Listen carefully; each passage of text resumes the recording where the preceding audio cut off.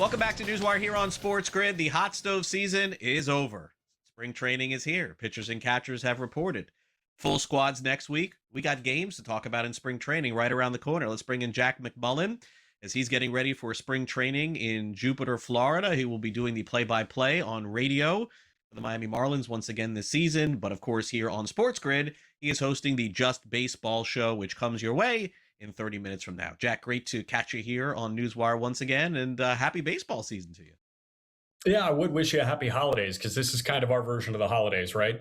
It's just nice to open Twitter or X as it's now known and just hear the pop of a glove and see a bunch of grown men in baseball uniforms stretching and just talking with each other because there's really no physical exertion that happens on these days. It's just, hey, we're all around the complex and we'll chat with the media, yada, yada. But it's such a joy to know that we are even starting the process of getting our baseball back.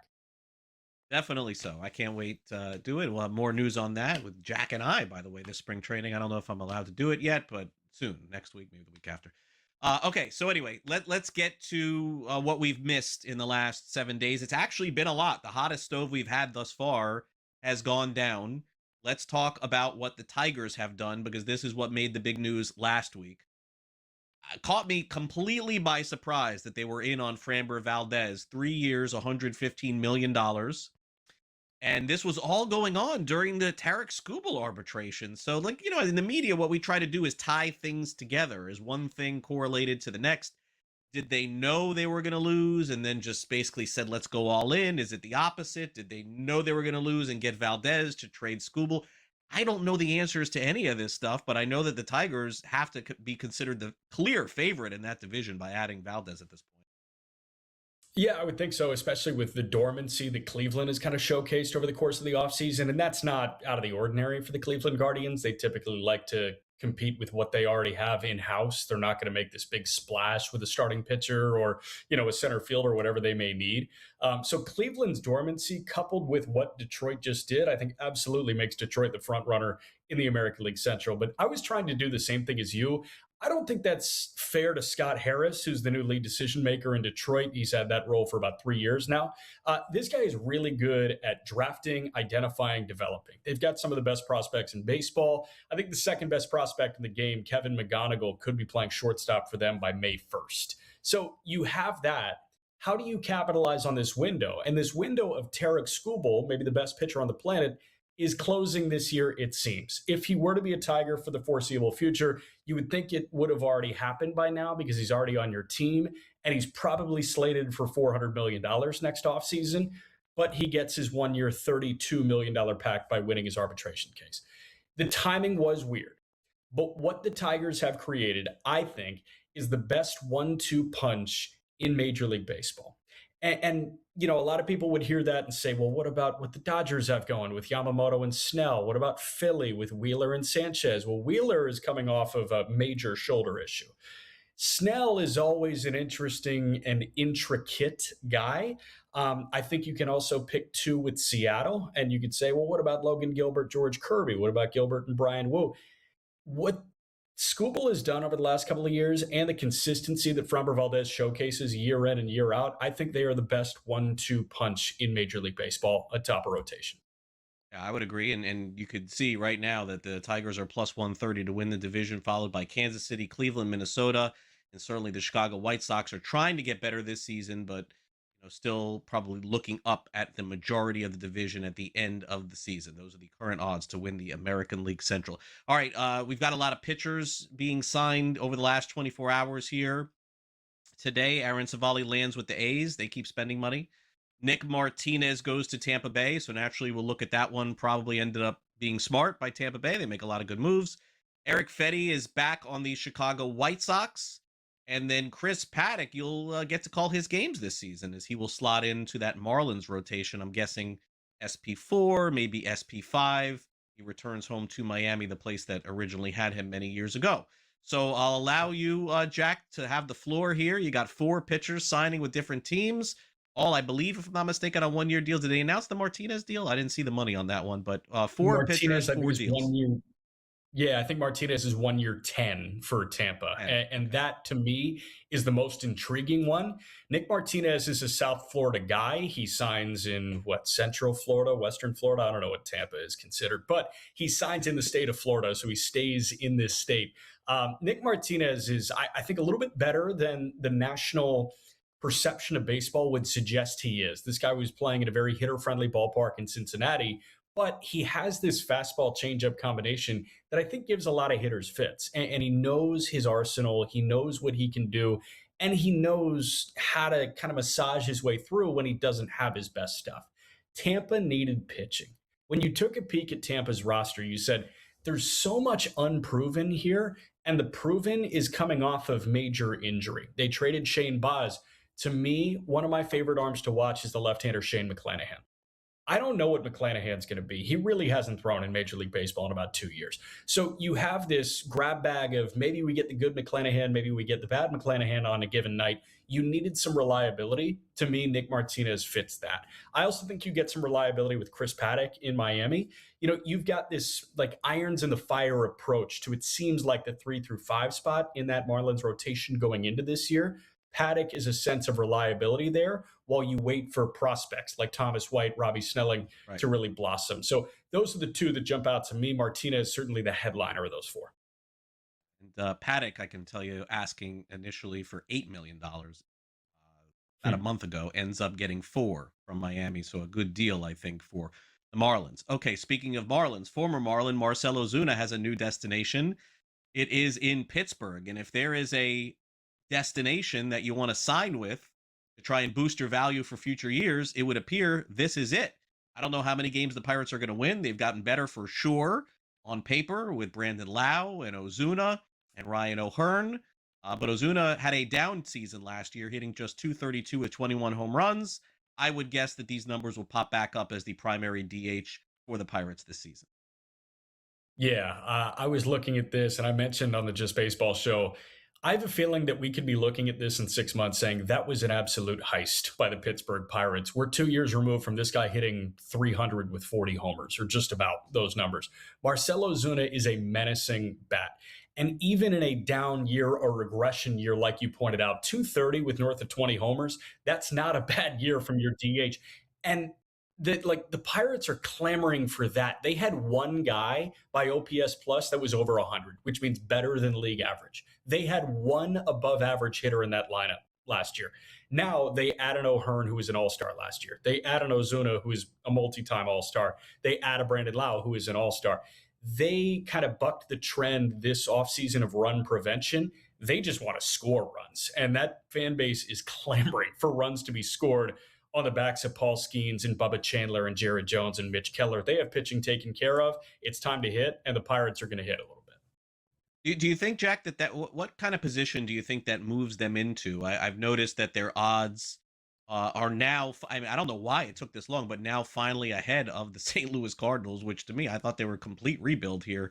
But I guess just on that jersey with the birds, that they think somehow that the Cardinals are going to be good. I don't personally think so. You got the Reds in the division, you got the Brewers in the division. I don't know that they moved ahead of them, but I would think that they should be at least in the mix at this point. That's fair, right? Yeah, I think it's fair. I also think that they're looking at this wide open clump in the wild card seedings in the National League. You've got some heavy hitters in the National League, right? You look at the Mets, you look at the Dodgers, obviously the Padres.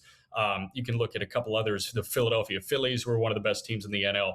And then it gets wide open. So it's a fight. It's a scratch and claw for the 4 through 6 seed in the National League. And I think the Pirates fit that clump of teams that can compete for those final 2, 3 wild card spots. Couple of big trades also over the past week in baseball. Jack and I will get to those next. You're watching Newswire here on Sports Grid. We are talking baseball here with Jack McMullen from Just Baseball, and we'll continue that conversation when we come back right after these messages. Don't go away.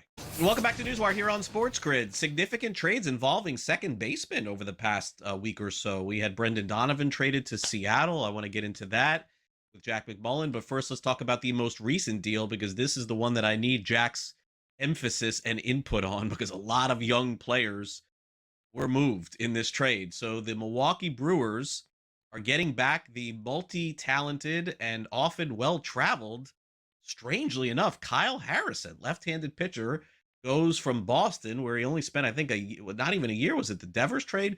David Hamilton also goes in return to Milwaukee. He's going to take the spot of the guy they traded, I assume, in Caleb Durbin, who was a fantastic second baseman, I thought, for them last year. Also, Andrew Monasterio is involved in the deal. The thought process, for sure, I get it. I'm gonna guess that the Red Sox overpaid to get Durbin, but how much did they overpay to fill that position? They had been looking to fill second base the entire offseason. To be honest, I really don't know if they overpaid to get Durbin because Durbin is a heck of a player. So I don't know what an overpay looks like for that guy. The other thing that we got to factor in is Caleb Durbin comes with 5 years of control. And it seemed like the Red Sox were hunting second base or third base, and they were going to figure this out. And the Red Sox offseason has been fascinating. It took a long time for them to sign a major league free agent, right? They were operating in the trade market where they go and acquire Sonny Gray and Wilson Contreras in two separate deals with the St. Louis Cardinals. But then they signed Ranger Suarez, and you're thinking, okay, it's time for some heavy hitters to come to Boston. Alex Bregman always felt like priority one, right? He was the guy that effectively took Rafi Devers' spot. The subplot in this is fascinating because Harrison was the headline of the return going back to Milwaukee. Kyle Harrison was the headline of the Rafael Devers deal. And now 3 of the 4 players you got back for Rafael Devers are in other organizations. They traded James Tibbs, they traded Jordan Hicks, and they traded Kyle Harrison. You're rerouting all these pieces. So the only guy left from San Francisco that came over in the Devers deal is a minor league pitcher that had an ERA north of 5 this year in Jose Bayo, which is fascinating to me in its own right. Bregman was probably priority one for Boston. He signs his $175 million deal with the Cubs. And then you pivot to, do we want a guy that can play second and third in Durbin, or do we want a guy that is going to handle third base every day in Isaac Paredes in Houston? Because Houston has a ton of infielders. They opt for the cheaper guy, and they opt for the guy with more control. Paredes is making about $10 million this year. He's got 2 years of control left. Durbin is making the league minimum. He's got 5 years of control left. And Caleb Durbin is a very strong, he's a small guy, but he's twitchy. He's a fun ad at third base or second base for the Boston Red Sox. The other funny thing about this trade is the Red Sox just took the entirety of Milwaukee's third base reserves. So they got their primary option at third in Durbin, their secondary option at third in Monasterio, and their tertiary option at third in Anthony Siegler. So they're clearly trying to steal a line from Billy Beane, recreate third base in the aggregate right now. Yeah. I have no idea how they're going to fill that, but the Brewers always figure it out, and they end up winning the division. So who are we to argue?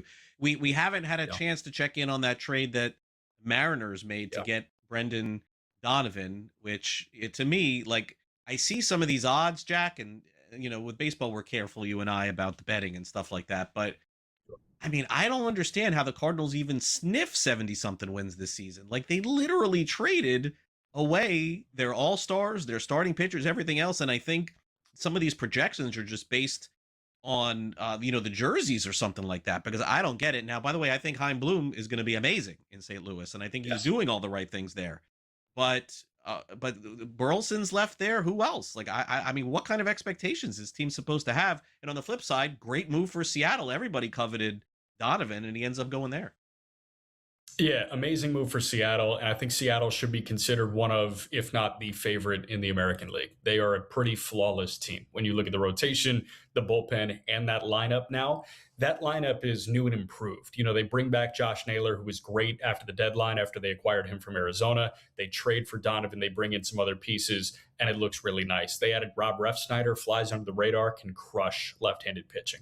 That rotation may be the best in baseball, 1 through 5. You had a Brian Wu breakout last year. He was an all-star. You still have Castillo, Gilbert Kirby, and Bryce Miller. You look at what St. Louis is doing, I guess the only reason that total would be that high is many people would expect a great version of Mason Wynn, the uber-talented shortstop. Ivan Herrera is one of the better hitting catchers, but he's now DHing for the most part in the game. So I guess you're banking on, maybe a bounce back from Jordan Walker and then Wynn, Herrera, and Burleson really mashing for St. Louis. But I don't think that's fair when you trade Donovan, Contreras, Sonny Gray, Nolan Arenado. They depleted their whole darn team. So Well, Seattle is gearing up and they do not want to be denied in game 7 of the ALCS again. St. Louis feels like they're restructuring, and they got a fascinating pitcher back in Gerangelo Sanger. That's how you say the name. Right.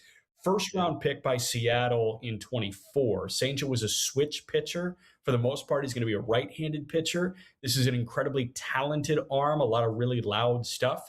They've got some good prospects coming through, and it seems like they've sold off their pieces effectively, but they've sold off every piece. So I have no idea why the expectations are there in the mid 70s in terms of a win total for St. Louis in 26. Yeah, I don't either. And we're going to get a chance to see that kid pitch for the Cardinals here coming up Yes. in Jupiter in spring training. So when is your first date in Jupiter? When is your first attendance? Is it next Monday? Is that what I'm guessing, or is it before then? Yeah. So I will. I'll conclude the 2 day drive from Pittsburgh to Jupiter. I'll conclude that on Sunday the 15th, and then I'm there, bright eyed and bushy There it is. tailed on Monday the 16th at I think All right. 7 a.m. or 7:30 a.m. Whenever we got to be there. Gotcha. Gotcha. All right. Well, I will see you Monday in Jupiter. That'll be my lone day that I'm able to get over there while still, obviously trying to host the show every day too.